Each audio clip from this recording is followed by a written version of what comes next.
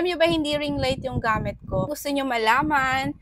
Just keep on watching. Ito nga pala, Mi, yung ginamit natin, yung DIY mirror lamp or makeup mirror lamp. Open na natin. Nga pala, 10 pieces yung pinili ko dahil yun yung kakasya sa vanity mirror ko, Mi. Tanggalin lang muna natin siya dito sa mga foam. Isa-isahin na natin na i-prepare yan dahil ididikit natin yan. Gamit itong adhesive na double-sided tape. Saka natin ididikit dito sa vanity mirror ko. Sama na mismo yan dito sa packaging. So, ganito lang, Mi. I-adjust ko lang yung wire para hindi siya yung nakalaylay dito sa ating mirror. Ayan, papaikutin mo lang yan dyan sa may bulb and then itatapat mo dun sa may mga marka. Kailangan magmarka muna dyan sa may mirror para yung mga ilalagay mo na ilaw ay sasakto dyan sa paglalagyan mo ng mirror.